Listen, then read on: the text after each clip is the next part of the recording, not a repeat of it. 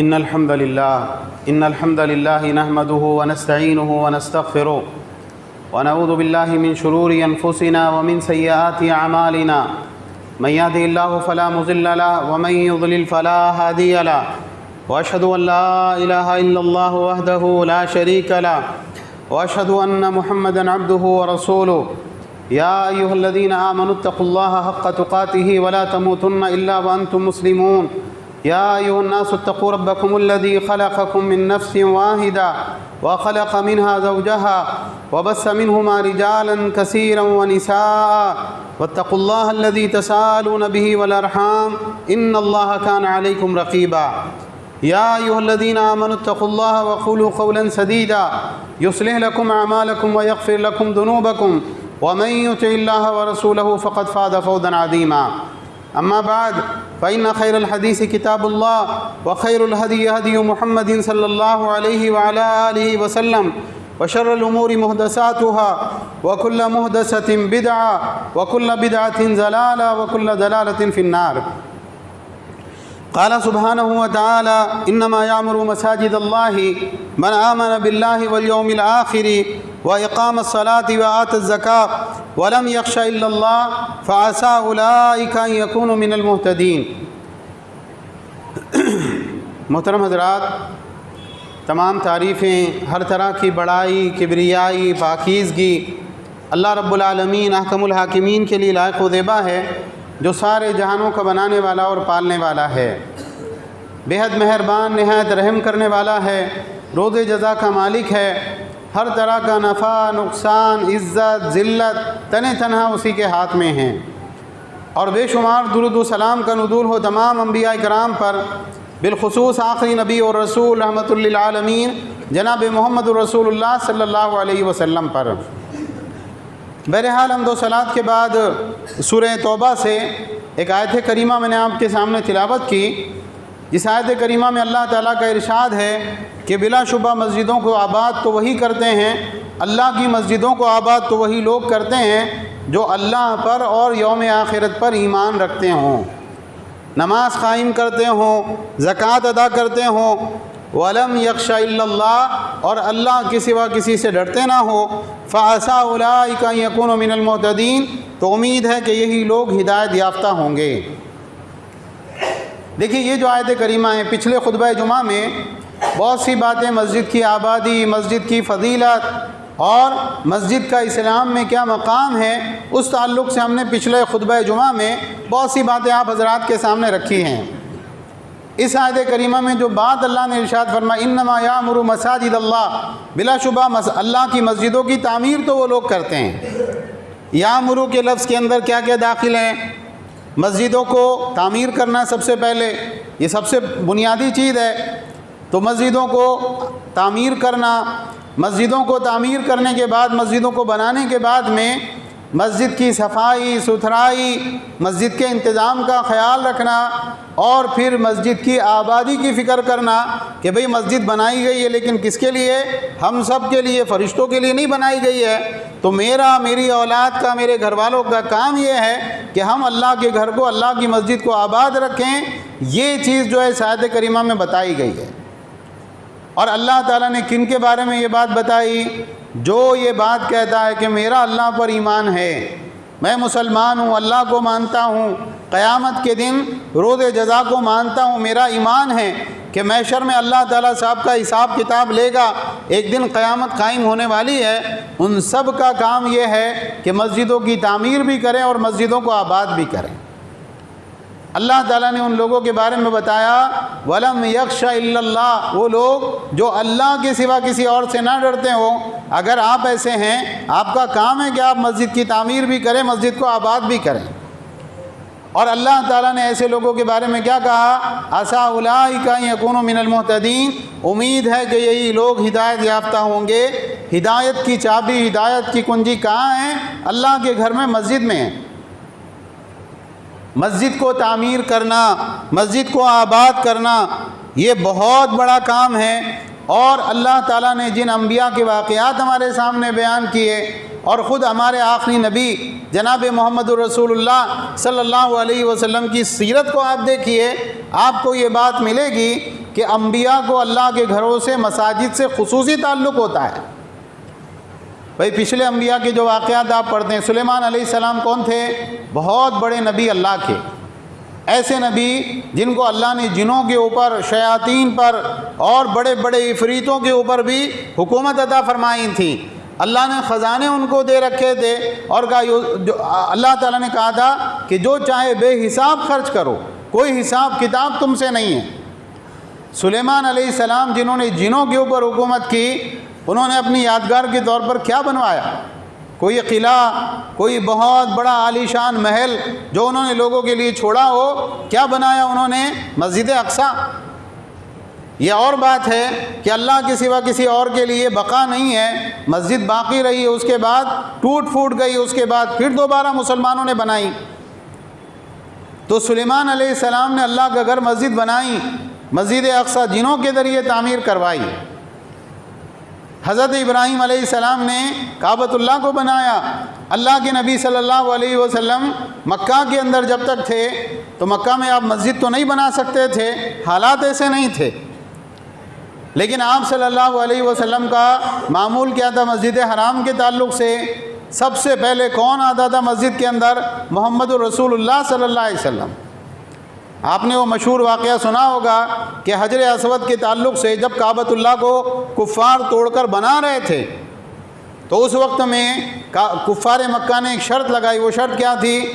مسجد کے اندر صرف حلال مال لگے گا، کسی کے پاس حرام کی کمائی ہے، غلط انکم ہے، مسجد کے اندر نہیں دینا۔ اور اسی وجہ سے ان کے پاس جب پیسے ختم ہو گئے تو انہوں نے کیا کیا؟ وہ جو حتیم کا حصہ ہے وہ کعبۃ اللہ سے باہر کر دیا، وہ اصل میں کعبۃ اللہ کا حصہ ہے۔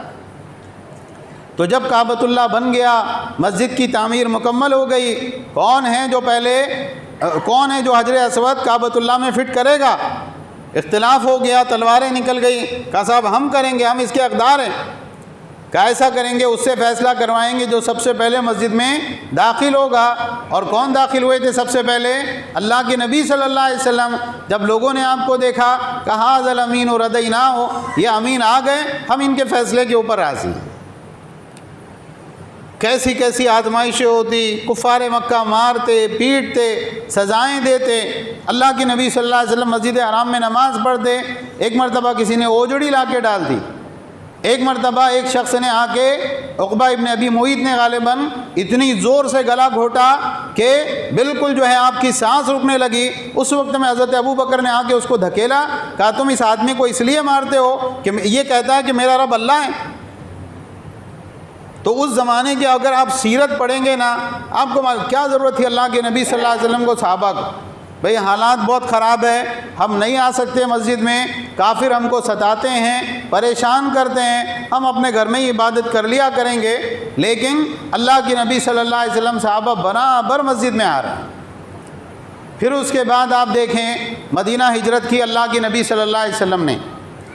مدینہ آنے سے پہلے قباء کی جو آبادی ہے، ابھی وہ مدینہ شہر کا حصہ ہے، لیکن اس زمانے میں قباء کیا تھا؟ مدینہ سے باہر ایک چھوٹا سا گاؤں دیہات تھا، ایک چھوٹی سی آبادی تھی مسلمانوں کی، جہاں کے لوگ مسلمان ہو چکے تھے۔ اللہ کے نبی صلی اللہ علیہ وسلم مدینہ آنے سے پہلے کتنے دن ٹھہرے وہاں پر؟ 7 دن یا 14 دن۔ بعض سیرت نگاروں نے 7 دن لکھا، بعض سیرت نگاروں نے 14 دن لکھا۔ ایک انسان صرف ایک ہفتے کے لیے کہیں جائے، بھائی جانا ہے، انسان اپنا سامان بھی پورا نہیں کھولتا ہے، بھائی چند دن رہ کر یہاں سے نکل کے جانا ہے، یہاں کوئی مستقل قیام نہیں ہے۔ لیکن اللہ کے نبی صلی اللہ علیہ وسلم نے قباء کے اندر رہتے ہوئے جو کام کیا وہ کیا تھا؟ اللہ کے نبی صلی اللہ علیہ وسلم نے مسجد قباء کی تعمیر کی، مسجد قباء کی بنیاد رکھی۔ کون سی مسجد ہے وہ ایسی مسجد ہے کہ اگر آپ اس مسجد کے اندر 2 رکعت نماز پڑھ لیتے ہیں، آپ کو 1 نفلی عمرے کا ثواب ملتا ہے۔ اور اللہ کے نبی صلی اللہ علیہ وسلم ہر سنیچر کو وہاں پر جایا کرتے تھے اور وہاں پر نماز پڑھتے تھے۔ اور مسجد قباء کا معاملہ کیا ہے؟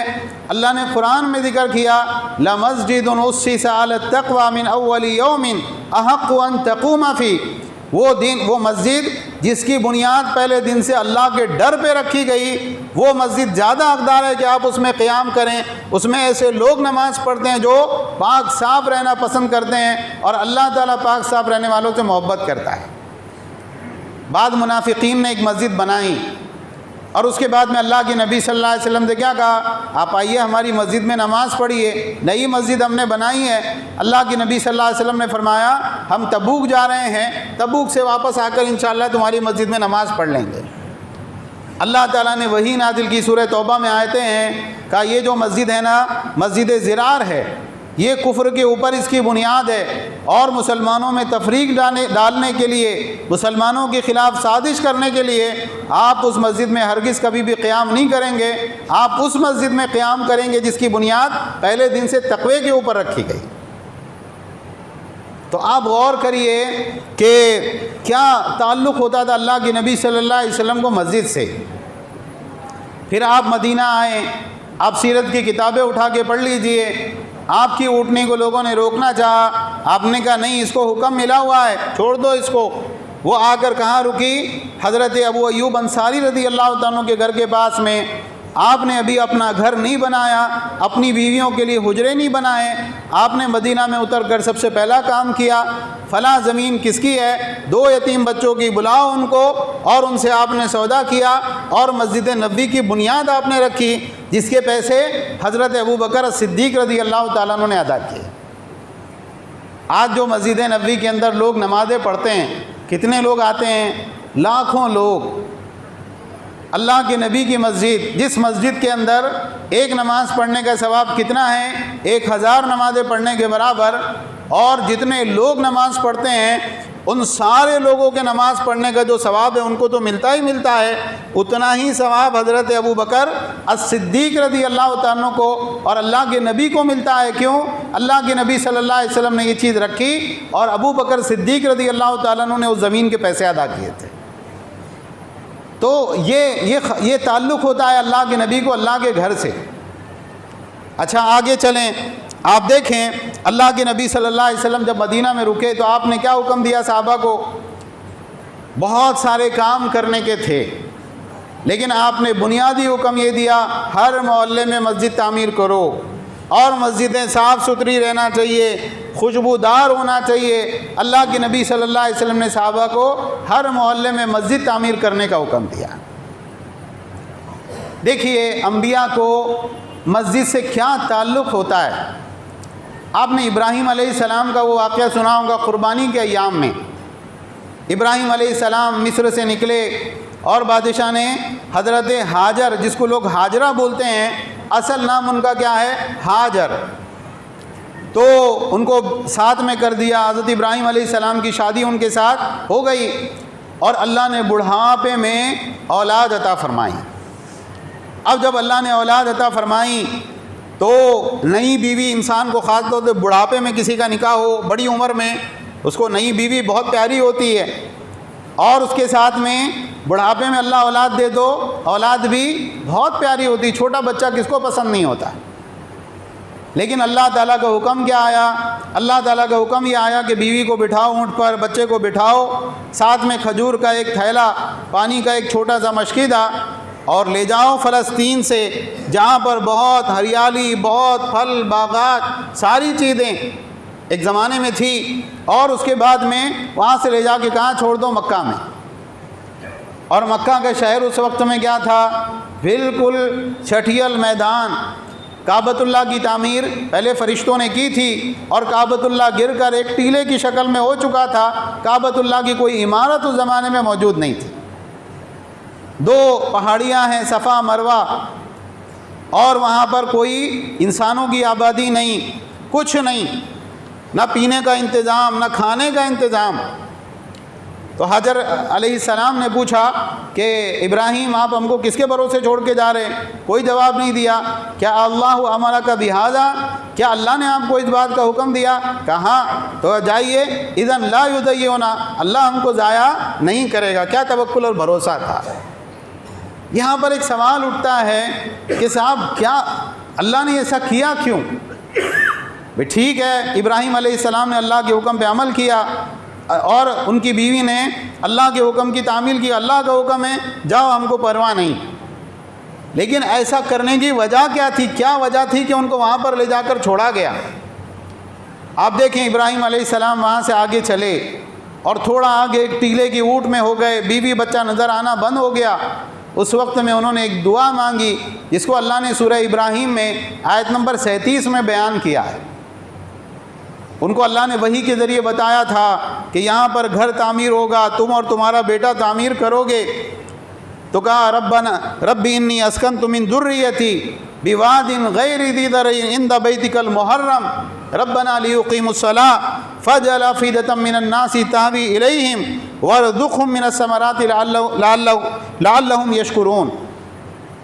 اے اللہ، میں نے میری ذریت کو، میری بعض اہل خانہ کو ایسی جگہ چھوڑ دیا ہوں جو بالکل غیر آباد وادی ہے، جہاں پر کوئی پیڑ پودا کچھ نہیں ہے، تیرے مقدس گھر کے پاس میں، اے میرے رب، تاکہ یہ نماز قائم کریں۔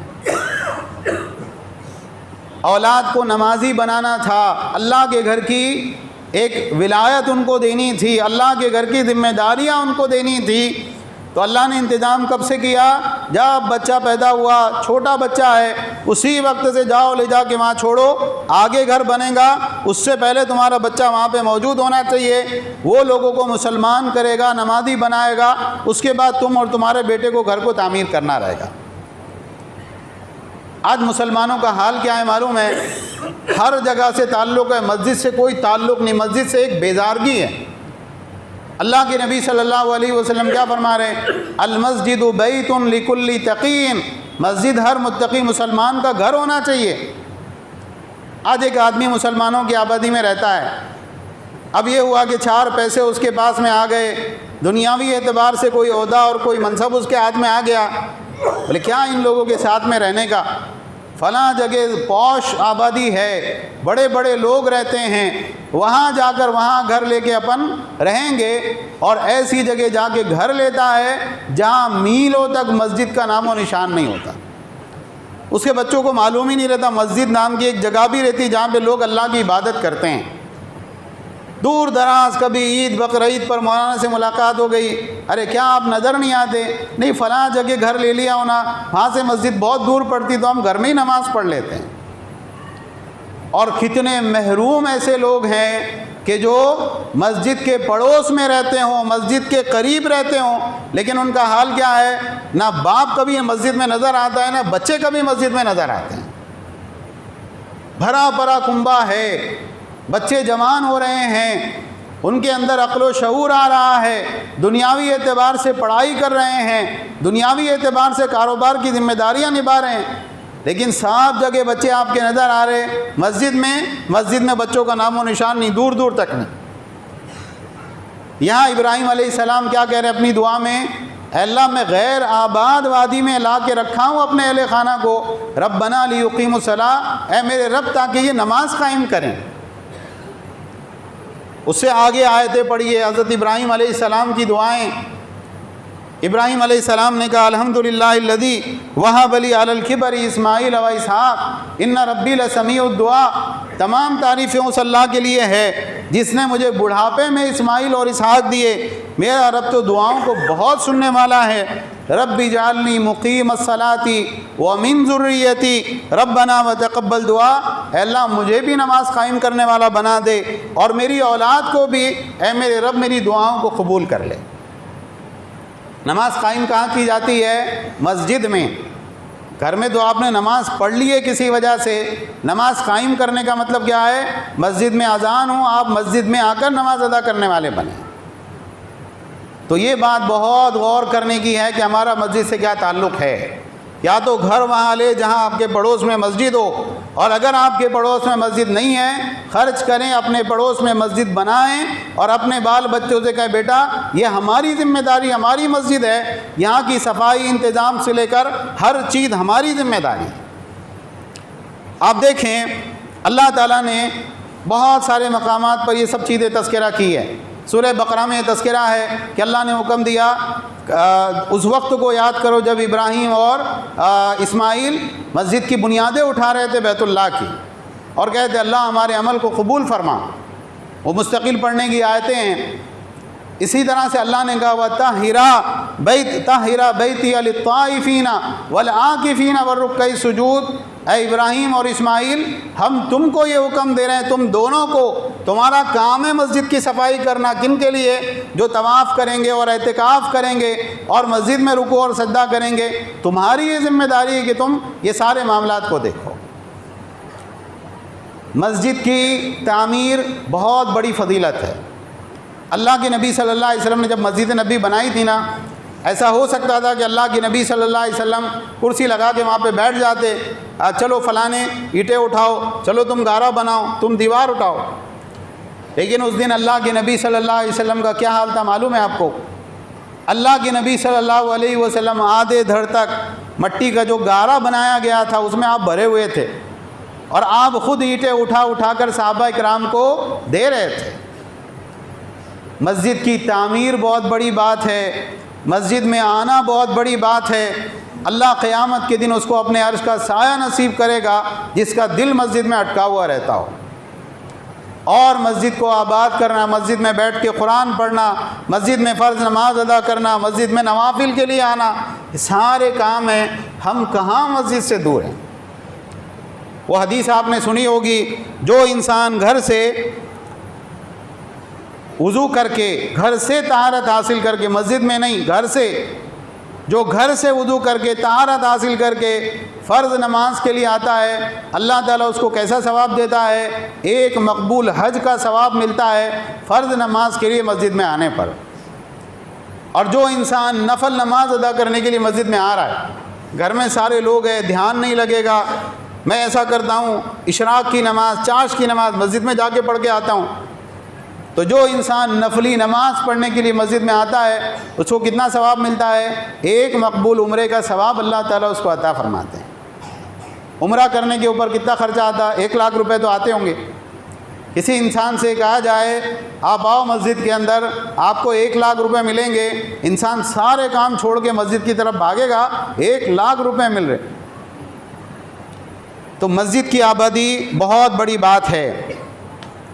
دیکھیے، مسجد بنانے کے تعلق سے بہت سی گزارشات ہم نے کی ہے۔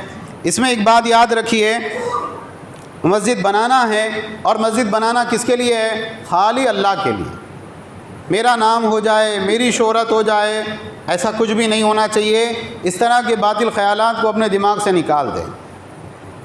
اللہ کے نبی صلی اللہ علیہ وسلم نے مسجد بنانے کی فضیلت کے بارے میں کیا فرمایا؟ من بنا للہ مسجدا یبتغی بہ وجہ اللہ، جو اللہ کے لیے مسجد بنائے، اللہ کے لیے زمین میں گھر بنائے، اللہ ہی کے لیے، اس سے وہ صرف اللہ ہی کی رضامندی چاہتا ہو، اپنا نام ہو جائے، اپنی شہرت ہو جائے، ایسی کوئی نیت اس کی نہ ہو، اللہ تعالیٰ اس کی وجہ سے جنت میں اس کو گھر تعمیر کریں گے۔ انسان بولے میری اتنی صلاحیت نہیں ہے کہ میں بہت بڑی مسجد بناؤں، چھوٹی مسجد بنائیں گا تو بھی اللہ تعالیٰ جنت میں اس کو محل عطا فرمائیں گے۔ کتنی چھوٹی مسجد آپ بنا سکتے ہیں، کتنا چھوٹا حصہ آپ لے سکتے ہیں؟ بھائی چلو ٹھیک ہے، ایک آدمی نہیں بنا سکتا، 10 آدمیوں نے مل کے زمین خریدی اور مسجد بنا لی۔ اللہ کے نبی صلی اللہ علیہ وسلم نے فرمایا جو قطع پرندے کے گھونسلے کے برابر بھی مسجد بنائے نا، اللہ سبحانہ و تعالیٰ اس کے لیے جنت میں گھر بنائے گا۔ قطع پرندہ جانتے کیا ہوتا ہے؟ ایک چھوٹا سا پرندہ ہوتا ہے، جب کھیتوں میں پانی لگایا جاتا ہے، اکثر وہ کھیتوں میں پایا جاتا ہے، اور اس پرندے کی بات یہ ہے کہ وہ اپنا گھونسلہ کوئی جھاڑ پہ، درخت پہ، گھر میں ایسا نہیں بناتا ہے، وہ زمین ہی کے اوپر رہتا ہے۔ جب اس کی مادہ کو انڈے دینا ہوتے ہیں تو وہ چونچ سے تھوڑا سا زمین کے اوپر ایک گڑھا کھودتے ہیں اور اس کے اندر اپنے انڈے دیتے ہیں، اور وہیں سے اس کے بچے بڑے ہو کر نکل جاتے ہیں۔ تو اتنا سا ایک گڑھے کے برابر بھی آپ نے مسجد کی تعمیر میں حصہ لیا، اتنی زمین بھی آپ نے خرید کے اللہ کے گھر کے لیے دی، اللہ اس کے بدلے میں بھی آپ کے لیے جنت میں گھر بنائے گا۔ کتنی بڑی بات ہے۔ یہ فضائل ہم سنتے ہیں، لیکن اس کے باوجود بھی ہم لوگوں کے دل کے اوپر جو ہے، یعنی جو ہونا چاہیے وہ جذبات نہیں ہوتے۔ بہرحال یہ بات یاد رکھیں، اللہ تعالیٰ نے قرآن میں کہا بے شک اللہ کے گھروں کی تعمیر وہی کرتے ہیں جو اللہ پر، یوم آخرت پر ایمان رکھتے ہوں، نماز قائم کرتے ہوں، زکوٰۃ دیتے ہوں، وَلَمْ يَخْشَ إِلَّا اللَّهَ، اور اللہ کے سوا کسی اور سے ڈرتے نہ ہوں۔ اللہ نے کہا یہی لوگ ہیں جو ہدایت یافتہ ہونے والے ہیں۔ مسجد سے اپنا تعلق قائم کریں، اپنا احتساب کریں کہ بھئی میں مسجد کے اندر کتنی مرتبہ آتا ہوں، مسجد کے معاملات سے میرا کتنا تعلق ہے، مسجد میں جو قرآن کا حلقہ ہوتا ہے، جو حدیث کا درس ہوتا ہے، میں اس میں کتنی دیر کے لیے بیٹھتا ہوں، جمعہ کے خطبے میں ہمیشہ کتنے بجے آتا ہوں۔ یہ ہمیشہ ہم کو احتساب کرنا چاہیے۔ ایک انسان کا اپنا تعلق بھی مسجد سے ہونا چاہیے، اس کے گھر کی مستورات میں بھی جمعے کے خطبے کے لیے، دینی دروس سننے کے لیے نمازوں میں وقتاً فوقتاً شرکت کرنا چاہیے، اور اپنے بچوں کو مسجد کے ساتھ جوڑیے۔ آخری بات کہہ کے میں اپنی بات کو ختم کروں گا۔ آج ہم نے دیکھے مسلمانوں میں ارتداد کے بہت سے واقعات ہیں۔ مسلمان بچہ ہے، کالج میں گیا، اپنا مذہب بدل لیا، دوسرے مذہب میں چلا گیا۔ مسلمان بچی ہے اور کالج میں گئی، اپنا مذہب بدل لیا، اپنا دین بدل لیا اور دوسرے دھرم کو، دوسرے دین کو اختیار کر لیا۔ آپ چاہتے ہیں آپ کا بچہ اسلام پہ رہے، مسلمان رہے، اپنے بچوں کو مسجد کے ساتھ جوڑیے۔ اگر آپ کا بچہ مسجد کے ساتھ اس کا تعلق نہیں ہے، کل کو جا کے وہ ہندو بنے گا، سکھ بنے گا، عیسائی بنے گا، اس کی کوئی گارنٹی نہیں۔ مسجد کے ساتھ اپنا تعلق جوڑیں۔ اللہ تعالی ہم سب کو کہنے سننے سے زیادہ عمل کی توفیق عطا فرمائیں۔ آخری بات یہ ہے، دیکھیے فلسطین وغیرہ کے بارے میں جو تنازع چل رہا ہے، جو جنگ چل رہی ہے، بلکہ جنگ بھی کہنا اس کو غلط ہے، یک طرفہ قتل عام جو چل رہا ہے، ہم بہت سے اخبارات وغیرہ میں وہ ساری خبریں پڑھ رہے ہیں، نیوز میں ہم لوگ سب چیزیں دیکھ رہے ہیں، لیکن اصل بات یہ ہے کہ ہمارے ہاتھ میں صرف دعا کرنے کے علاوہ عملی اعتبار سے کوئی چیز ہمارے ہاتھ میں نہیں ہے۔ لیکن یہ بات یاد رکھیں، بدعات سے بچیں۔ جب یہ معاملات شروع ہوئے تو بہت سے لوگوں نے، بہت سے علماء نے یہ کہا بھئی آپ یہ وظیفہ پڑھیے، اس کی وجہ سے کیا ہوگا، یہ حالات بدل جائیں گے۔ کیا وظیفہ ہے؟ یا بدیع العجائب بالخیر، یا بدیع، اس طرح کا جملہ تھا۔ یا پھر یہ ہے کہ مغرب کی نماز کے بعد 3 مرتبہ سورہ مزمل پڑھیے اور اس کے بعد میں وہاں کے لوگوں کے لیے دعا کیجیے۔ یا کل گزشتہ 19 اکتوبر کو بہت سے لوگوں نے عالمی طور پر روزہ رکھنے کا دن منایا، سب مل کے روزہ رکھیں گے اور سب مل کے فلسطین کے لیے دعا کریں گے۔ اللہ کے نبی صلی اللہ علیہ وسلم کے زمانے میں بہت سے واقعات ہوئے۔ اللہ کے نبی صلی اللہ علیہ وسلم نے جنگ کے موقع پر، کوئی مصیبت کے موقع پر کبھی مسلمانوں کو روزہ رکھنے کا حکم نہیں دیا۔ اللہ نے قرآن میں کیا کہا ہے؟ اے ایمان والو، صبر اور نماز کے ذریعے اللہ سے مدد طلب کرو، اور وہ بھی انفرادی ہے کہ ایک انسان کے دل میں غم ہے، غصہ ہے، پریشانی ہے، وہ مسجد میں آئے، 2 رکعت نماز پڑھے، اللہ سے گڑ گڑا کے دعا کرے، اللہ تعالی حالات کو بدلنے والا ہے۔ دوسری بات یہ ہے کہ بھئی ہم وہاں کے لیے کچھ نہیں کر سکتے، لیکن آج ہمارے وطن میں 10 سازش اسلام مسلمانوں کے خلاف جاری ہے۔ ہم لوگوں کو یہ سوچنا چاہیے کہ بھئی انسان ہوائی باتیں تو بہت کرتا ہے، مقامی طور پر حالات سے نپٹنے کے لیے ہم لوگ کیا کر رہے ہیں؟ ضروری ہے کہ اس وقت میں مسلمانوں میں یکجہتی ہو، مسلمانوں کے اندر اتحاد ہو، اور ہم اپنا تعلق مسجد سے جوڑیں، اللہ کے گھر سے جوڑیں، نمازوں کے اندر شریک ہو، اور دنیاوی اعتبار سے جو بھی چیزیں اپنی دفاع کے اعتبار سے ہم لوگ سوچ سکتے ہیں ہم کریں۔ تو بہت ضروری ہے کہ فلسطین کے مسلمانوں کو اپنی دعاؤں میں یاد رکھیں۔ بہت سی مساجد میں قنوت پڑھی جا رہی ہے، قنوت نازلہ فجر کی نماز میں، یہ اللہ کے نبی صلی اللہ علیہ وسلم کی سنت ہے۔ قنوت کے اندر امام دعائیں مانگتا ہے، مقتدی آمین کہتے ہیں، تو آپ وہ قنوت کے اندر دعائیں اگر آپ چاہتے ہیں کہ قبول ہو، آپ کا بھی اس میں حصہ لگے، تو آپ کو فجر کی نماز میں آنا پڑے گا۔ فجر کی نماز میں آپ غیر حاضر ہیں، بولے نہیں وہاں کے حالات بہت خراب ہیں، ہم کیا کر رہے ہیں؟ ہم کچھ نہیں کر سکتے، ہم صرف اللہ تعالیٰ سے دعا کر سکتے ہیں۔ جو مسلمان آپ کے آس پاس میں ہیں، کسی قانونی کارروائی میں پھنسا ہوا ہے، مقدمے میں پھنسا ہوا ہے، بے گناہ ہیں، اس کی امداد کریے۔ کوئی ہے جس کو آپ کی مدد کی ضرورت ہے، اس کا تعاون کیجیے۔ اپنے بھائیوں کے ساتھ میں ایک جان ہو جائیے، کسی بھی طرح کے فتنے تفرقے سے اپنے آپ کو بچائیے اور اسلام کی طرف پلٹیے، اس لیے کہ حالات ایسے آ رہے ہیں کہ آگے کیا ہونے والا انسان کچھ نہیں بتا سکتا۔ بہرحال یہ کچھ ضروری اور اہم باتیں تھیں۔ اللہ تعالیٰ سے دعا ہے اللہ تعالیٰ ہم تمام کو کہنے سننے سے زیادہ عمل کی توفیق عطا فرمائیں۔ اے اللہ ساری دنیا کے اندر جہاں جہاں مسلمان پریشان حال ہے، اے اللہ ان کی پریشانیوں کو دور فرما۔ اے اللہ فلسطین کے مسلمانوں کی مدد فرما، غزہ کے مسلمانوں کی مدد فرما۔